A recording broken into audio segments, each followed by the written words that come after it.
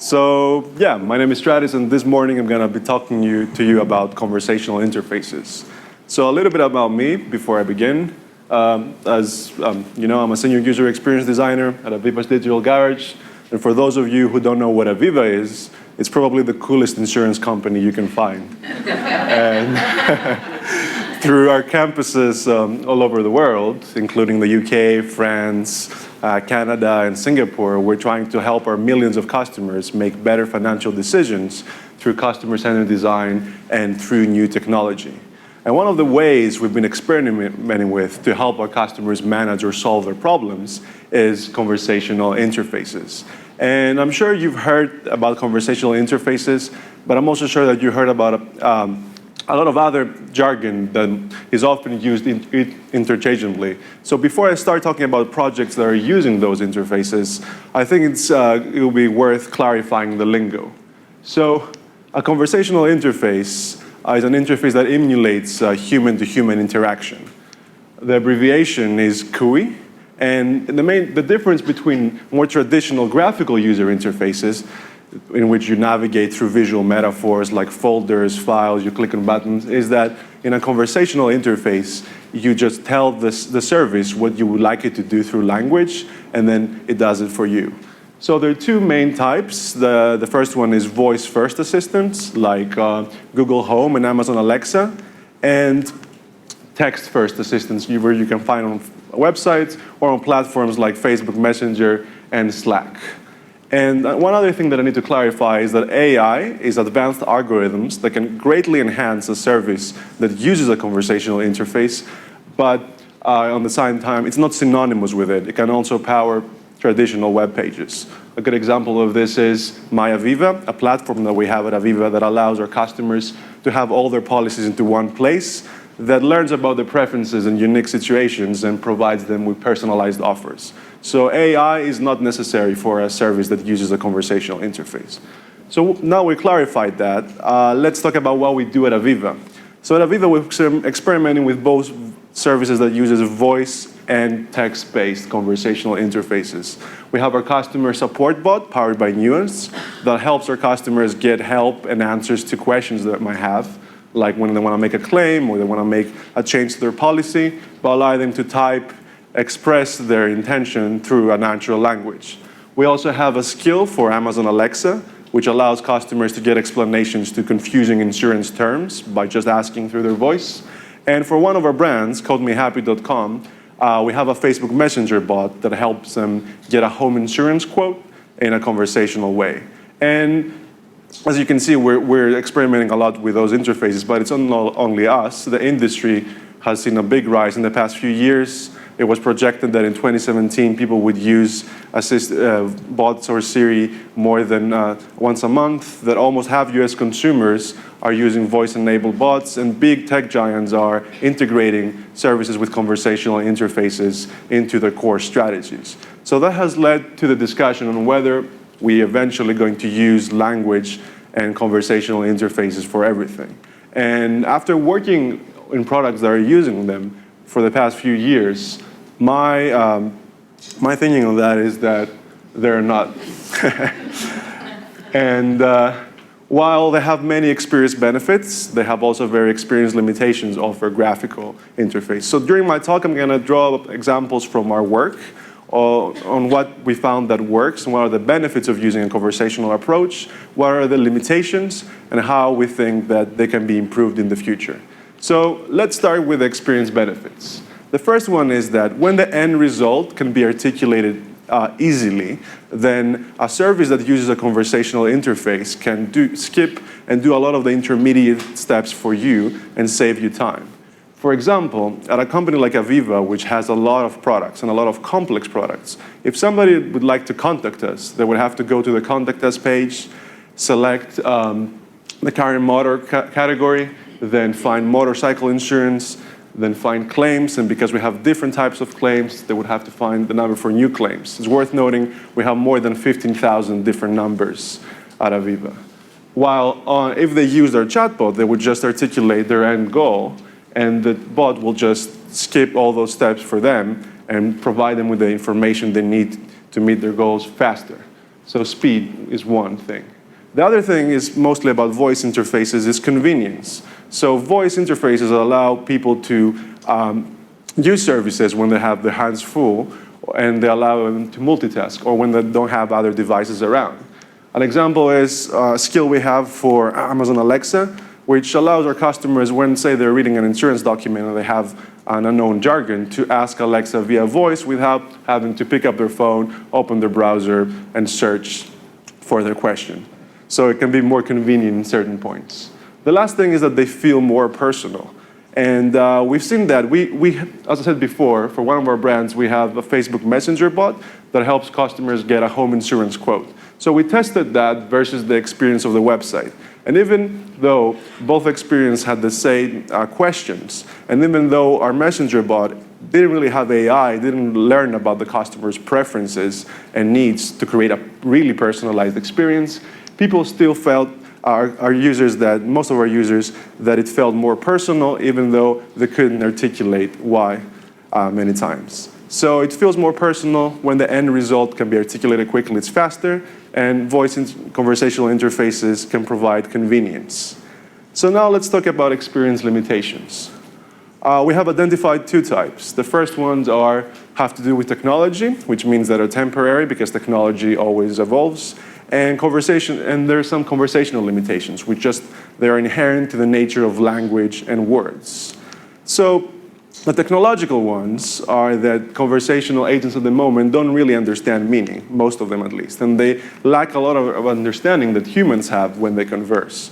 So when we talk with other people, we have context, we have empathy, we have common sense, we have shared experiences, but at the moment, most bots use the most popular AI tool is called natural language understanding, which just extracts certain phrases or certain keywords and maps them to decision trees. So that means that designers need to cater for all the different nuances of language and map different words or phrases to different decision trees, which many times leads to disappointment because you cannot really cater for everything. And you can lead to examples like a few days ago I was using a bot that could diagnose what I had because I wasn't feeling very well. So I logged in through Facebook and they knew some of my information. I said I'm sick, and it concluded that I'm asking about pregnancy. So obviously that likely wouldn't happen when you converse to a human. And now we have conversational limitations. Some things in conversations, the affordances and constraints are not very easily discoverable. And also certain types of information cannot be easily conveyed through words. Let's take, for example, this pet insurance we have that uses a graphical user interface. Here, all the constraints are visible up front. You know, you can get a quote, find out more about cover options, and find out how you can get help. And the likelihood of error is very little because the experience is constrained in a way that prevents it. But in a conversational interface, especially when there is free entry input, there is really no constraints on how far you can push the conversation and how much you can ask. And very often that can lead to errors because users have high expectations and they will try to ask and push the system as much as they can. And the other thing is that you need to rely on recall because you need to remember what you're allowed to ask, which usually doesn't lead to a great experience in terms of usability. A great example is our Call Me Happy Messenger bot. So even though we try to set the right expectations throughout the omni-channel journey, that it's just for home insurance quotes, more than 50% of demands were about getting customer support. And that partly illustrates that we were trying to solve the wrong problem for our users, but it also illustrates that the experience didn't prevent them and didn't make the affordances clear. And the other thing is that just some type of information is very hard to be conveyed through language and words, both in terms of the user conveying it to the system and from the system conveying it to the user. This is Save My Future, a tool that helps customers visualize their ideal retirement lifestyle. And by answering a few questions, they can, at the end, toggle between different retirement lifestyles depending on how much they would like to spend on things like travel, like food, home, and see how does that affect their retirement lifestyle and their income, get immediate feedback on how it affects their cost and income.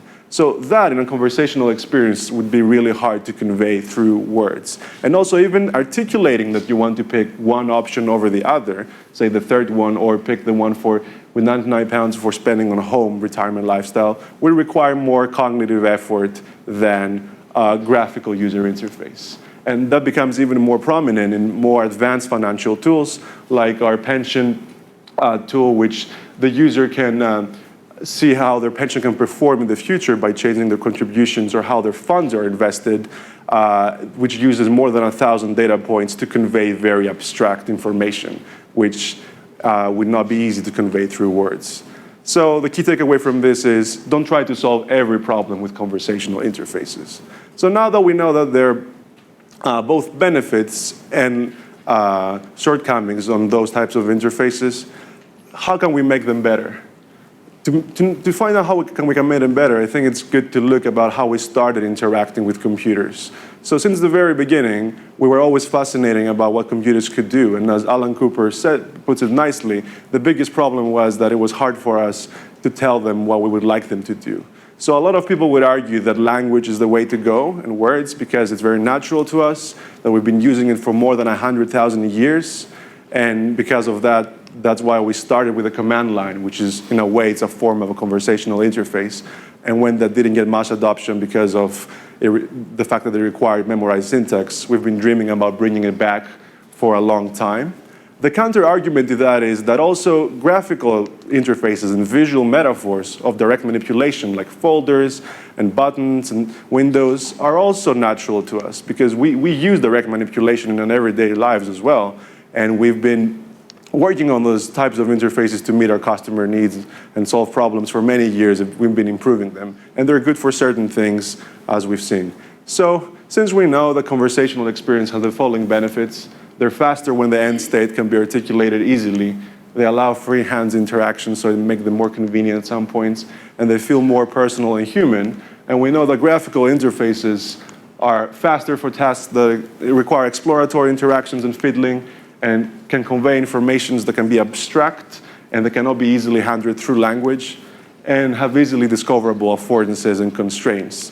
So why don't we could combine them to create something better and allows us to solve our customers' problems in more efficient ways. And this has already started happening. We see this app operator, it uses a conversational interface, which is personal, it feels personal, but it makes the constraints more visible by using a graphical representation. For example, you have only 3 options, price options to choose from. So the likelihood of error gets minimized, and you don't have to rely on recall to remember what you're allowed to ask.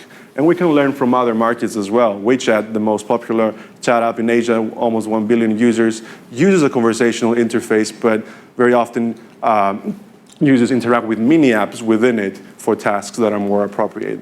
And that has let Facebook create a thing called WebView, which allows you to create web pages within the conversational chatbot environment, which we used at CallMeHappy.com for the question of what's your address, because allowing users to select between a list would minimize the likelihood of error. So that can be enhanced even further by using elements from multiple modalities. So at some point, we could lead to an experience like this. I'm going to play you a short clip for the Iron Man movie, just to illustrate my point. Shall I store this on the Stark Industries central database? I actually don't know who to trust right now. Till further notice, why don't we just keep everything on my private server?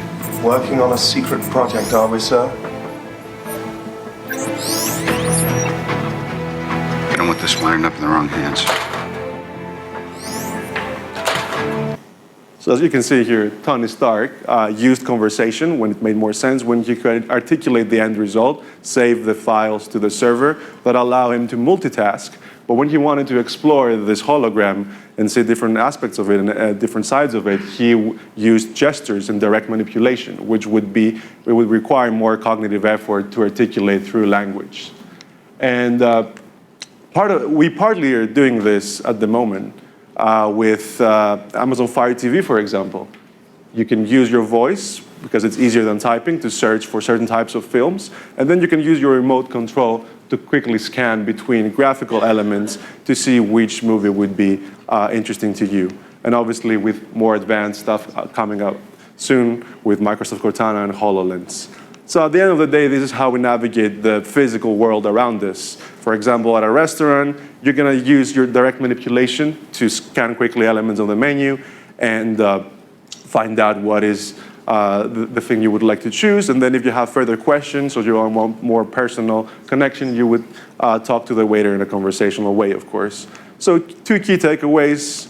Conversational interfaces have various usability limitations, and they're not an appropriate tool to solve every problem. And then we can minimize those usability limitations by incorporating interactions from graphical user interface and multiple modalities. Thank you.